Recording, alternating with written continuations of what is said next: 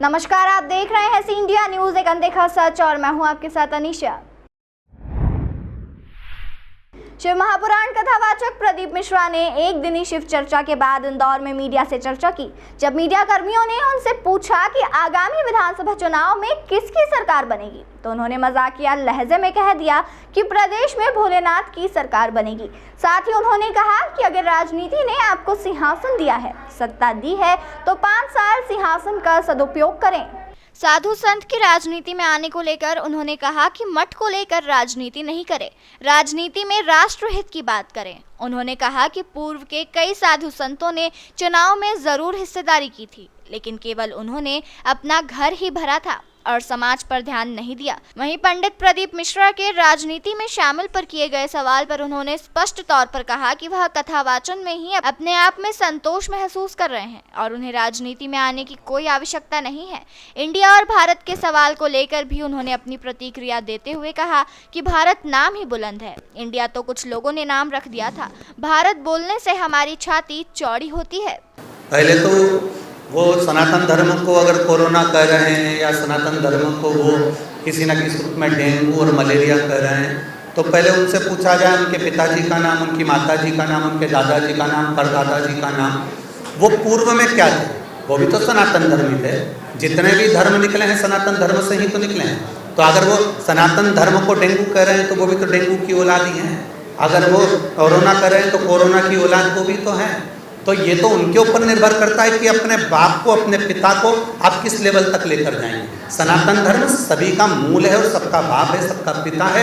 उस सनातन धर्म के अंतर्गत उसकी छत्र छाया में हम बैठे हैं। ज़्यादा प्रचंड धूप आती है, पानी आता है, तो जैसे छाता साथ देता है, जब जब दुख की घड़ी आती है और जीवन में हमको जब कष्ट महसूस होता है, तब तक सनातन धर्म हमारे साथ में खड़ा रहता है।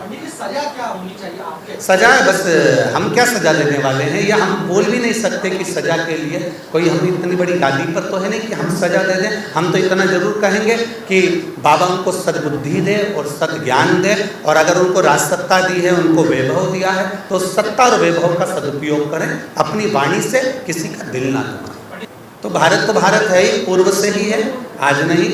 हमारे यहाँ पहले से ही भारत नाम प्रसिद्ध है।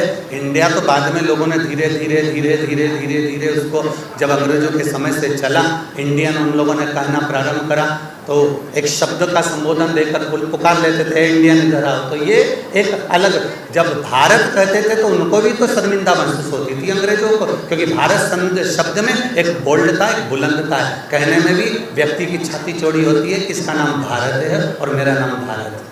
जी, सनातन धर्म को लेकर चलना भी जरूरी है। ऐसा नहीं, क्योंकि हमारी बच्चों की परिभाषाएं चेंज हो रही हैं, हमारे बच्चों का रहन सहन चेंज हो रहा है, उसको बदलना जरूरी है। आज आपको अगर फादर कहकर पुकारेंगे और आपको सम्मान ना देंगे, केवल आपको आपके चरण ना छूकर ऐसे ही निकल जाएंगे, तो आपको भी बुरा लगेगा और हमको भी बुरा लगेगा। इसलिए सनातन धर्म संस्कार भी देती है और एक प्रेरणा भी प्रदान करता है। मेरा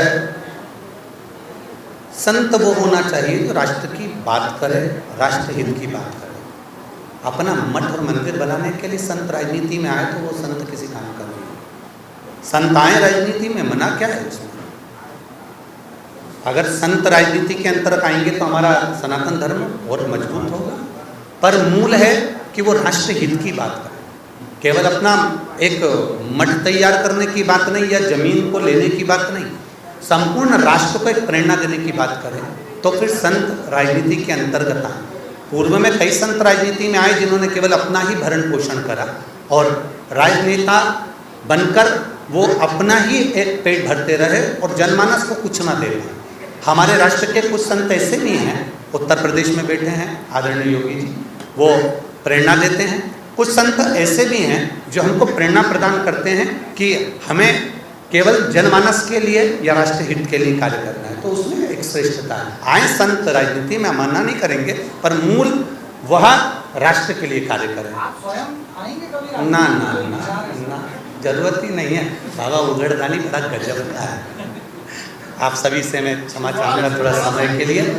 बता दें कि इंदौर में कांग्रेस नेता सत्यनारायण पटेल के द्वारा एक दिवसीय शिव चर्चा का कार्यक्रम आयोजित कराया गया था, जिसमें ख्यात कथावाचक पंडित प्रदीप मिश्रा शामिल हुए थे। उन्हें सुनने के लिए हजारों की संख्या में श्रद्धालु पहुंचे थे। तमाम खबरों के लिए देखते रहिए सी इंडिया न्यूज़, एक अनदेखा सच।